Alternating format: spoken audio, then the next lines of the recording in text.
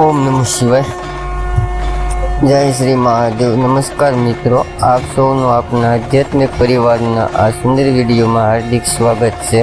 આજે આપણે સાંભળવાના છીએ શ્રી શિવ મહાપુરાણમાં રુદ્ર સંહિતાના ભગવાન શિવના દિવ્ય ચરિત્ર અને અનેક આધ્યાત્મિક પ્રસંગોનું સુંદર વર્ણન કરે છે તે તો ચાલો મનને શાંત કરીએ, ભગવાન શિવનું સ્મરણ કરીએ અને ભક્તિભાવથી આ પવિત્ર કથાનું શ્રવણ કરીએ। હર હર મહાદેવ। ઓમ નમઃ શિવાય। વિડીયો ગમ્યો હોય તો લાઈક, શેર અને સબસ્ક્રાઈબર કરવાનું ભૂલશો નહીં। ચાલો હવે શરૂ કરીએ શ્રી શિવ મહાપુરાણ રુદ્ર સંહિતાના સૃષ્ટિ ઉપાખ્યાન ખંડમાં અધ્યાય 16મો બ્રહ્માની સૃષ્ટિ ચાલુ। અધ્યાય 16મો બ્રહ્માની સૃષ્ટિ ચાલુ। બ્રહ્મા બોલ્યા, હે નારદ, મેં પોતે શબ્દાદી 5 ભૂતોનું પંચીકરણ કરી તેમને પરસ્પર મેળવી તેમાંથી સ્થૂલ આકાશ, વાયુ, અગ્નિ, જલ, પૃથ્વી, પર્વતો, સમુદ્રો, વૃક્ષાદિ અને બીજા પણ કળાથી માંડી યુગ સુધીના કાળના વિભાગો સર્જ્યા। હે મુનિ, મેં બીજા પણ સૃષ્ટિના પદાર્થો સર્જ્યા તો પણ તેથી હું સંતોષ ન પામ્યો।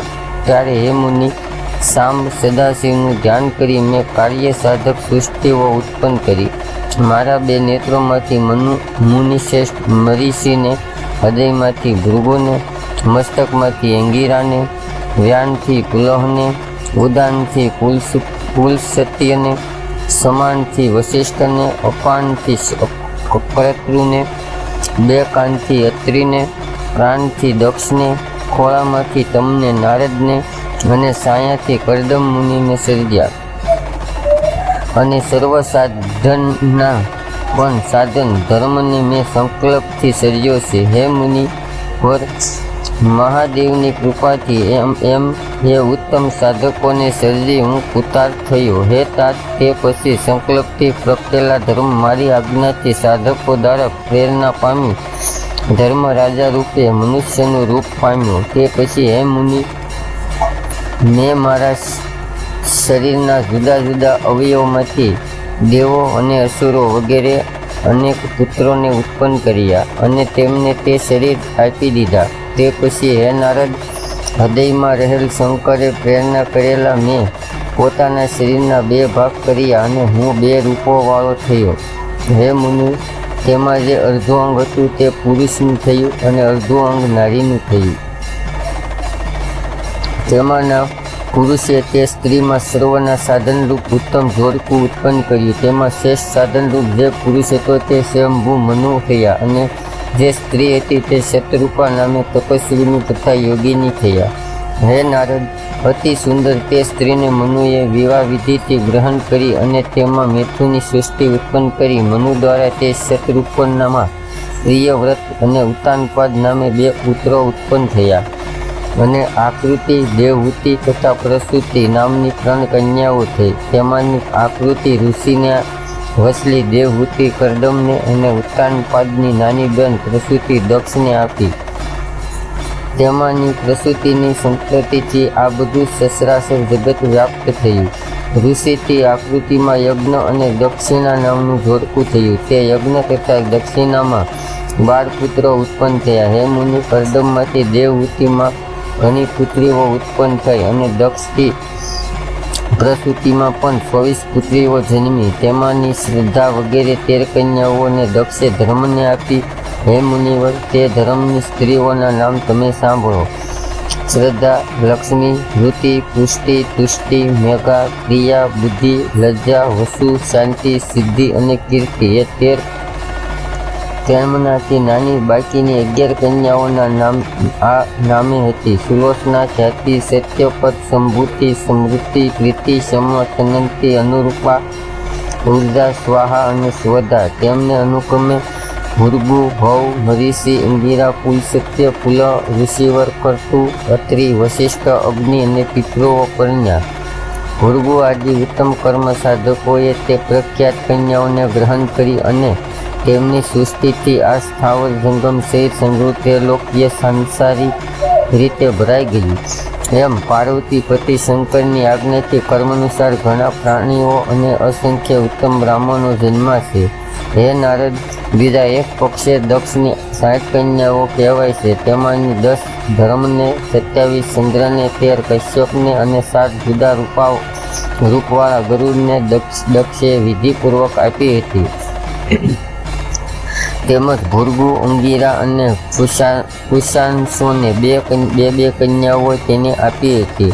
તેથી પણ ઘણી સ્થાવર જંગમ સૃષ્ટિ થઈ છે. હે મુનિશ્રેષ્ઠ, માતમાં તે કશ્યપને જે 13 કન્યાઓ વિધિ પ્રમાણે દક્ષે આપી હતી તેમની સંતતિથી જળ અને ચેતન સહિત ત્રણેય લોક વ્યાપ્ત થયા છે અને સ્થાવર તથા જંગમ કંઈ પણ ખાલી નથી રહ્યું. દેવો, ઋષિઓ, દૈત્યો, વૃક્ષો, પક્ષીઓ, પર્વતો અને વેલાઈ આ બધા તેમની સૃષ્ટિ રૂપે જન્મા છે.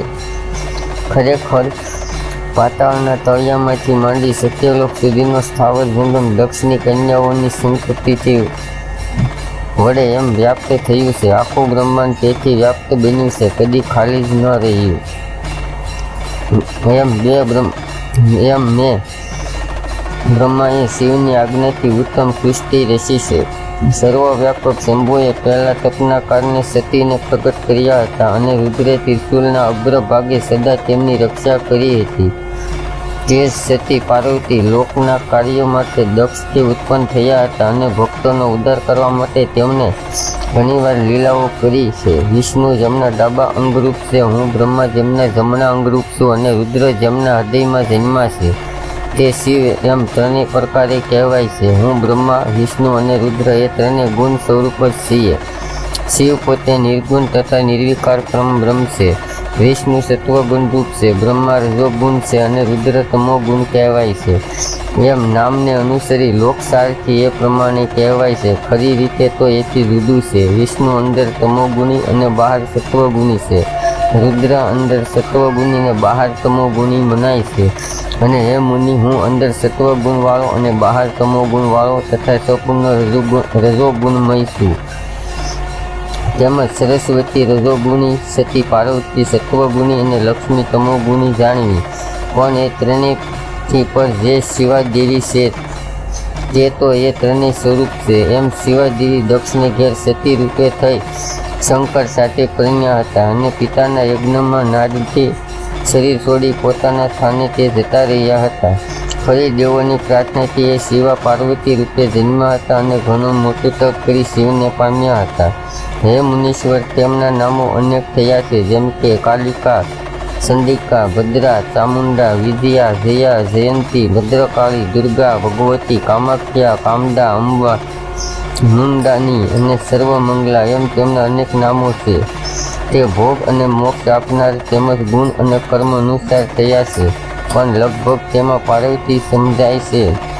3 ગુણમય દેવીઓ અને 3 ગુણમય દેવો પરસ્પર મળીને સૃષ્ટિના જુદા જુદા ઉત્તમ કાર્યો કરી રહ્યા છે. હે મુનિવર, એમ મેં બ્રહ્માંડની સૃષ્ટિનો પ્રકાર તમારી આગળ વર્ણવ્યો છે. તે સંગ્રહ મેં શિવની આજ્ઞાથી રચ્યો છે. શિવ પરમબ્રહ્મ કહેવાય છે અને હું વિષ્ણુ તથા રુદ્ર એ 3 દેવો જુદા જુદા ગુણો અનુસાર એમના 3 સગુણ સ્વરૂપો છીએ. હે પરમાત્મા નિર્ગુણ અને સ્વતંત્ર છે, છતાં સગુણ સ્વરૂપે પણ થઈને શિવા પાર્વતી સાથે સુંદર શિવલોકમાં પોતાની ઈચ્છાનુસાર રમે છે. રુદ્ર તેમનો પૂર્ણ અવતાર જ હોય અને સાક્ષાત શિવ જ ગણાય છે. તે 5 મુખવાળા મહાદેવ કૈલાસ પર સુંદર ભવન રચ્યું છે. આ બ્રહ્માંડનો નાશ થાય છે, છતાં તેનો નાશ થતો નથી. શ્રી શિવ મહાપુરાણમાં બીજી રુદ્ર સંહિતાના પ્રથમ ખંડમાં સૃષ્ટિના ઉપાખ્યાનમાં બ્રહ્મા અને નારદનો સંવાદ નામનું 16મું